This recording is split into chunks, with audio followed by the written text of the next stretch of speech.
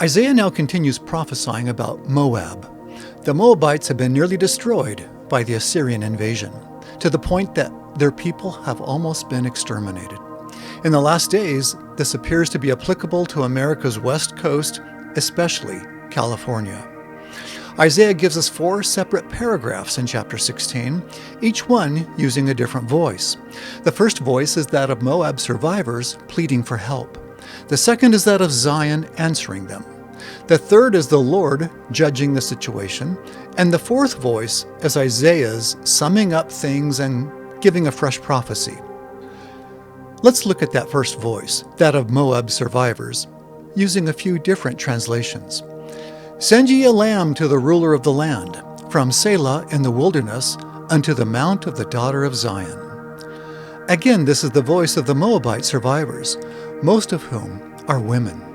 As the Assyrian army presses its invasion, these refugees flee into the desert, represented by Selah, a town deep in a dry wilderness. And eventually they arrive at the borders of Zion, a people who cannot be conquered. In the timeline, this corresponds to Isaiah chapter 7. The righteous have already been led away to build up Zion, and the Assyrian has already gathered a vast and unstoppable army. The Assyrian saw his opportunity after severe earthquakes weakened the promised land, and now he's making the most of that opportunity. First, he'll destroy 16 cities, some in a single night, and then he'll invade Moab, that part of the land that has many vineyards and plentiful fields. And now the Moabite refugees, who are mostly women, no doubt with some children, are like birds cast out of a nest. As Isaiah puts it, the women of Moab are left like homeless birds at the shallow crossings of the Arnon River. Over the months, they've wandered through a desert wilderness and have now come to the Fords of Arnon. The actual Arnon River in Jordan runs through a gorge so deep that today it's called the Grand Canyon of Jordan. Help us, these women cry to the people of Zion. Defend us against our enemies. Protect us. Do not betray us now that we've escaped. But the people of Zion hesitate. They've been told to keep their new city pure and holy, a place for the sanctified. So their question is, have these refugees' hearts been changed from who they were in Moab? Are they pure and holy enough to enter into Zion? And perhaps the refugees sense this hesitation because they add to their appeal, when all this destruction has ended, God will establish one of David's descendants as king. He will rule with mercy and truth. He will always do what is just and be eager to do what is right. What's this? They're prophesying of a Davidic king to lead them all? Can Zion trust their sincerity, or is this just flattery?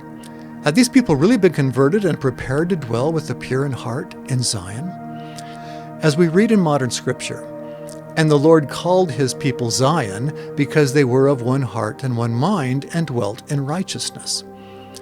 A great fact of the last days will be that holiness is the only answer.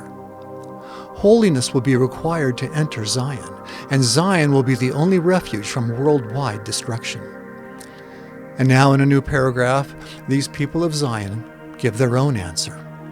We have heard of the glories of Moab, of its excessive pride and boasting, of its outbursts of lies and false propaganda.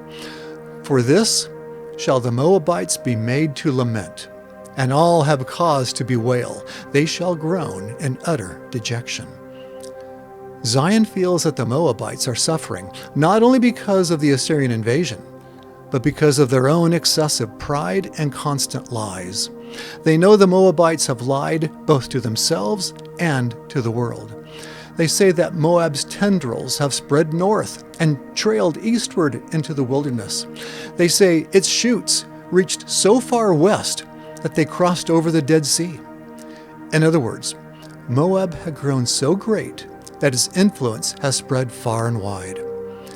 Again, we might liken Moab to California, a land both with vineyards and deserts.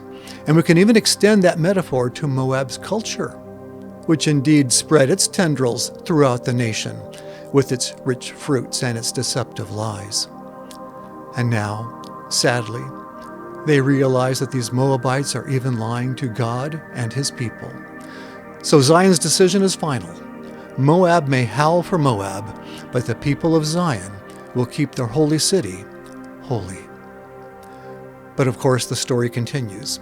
And next time we'll see how the Lord feels about this. Will he reverse Zion's rejection of Moab, or will he endorse it? I'm Curtis Taylor with the Words of Isaiah.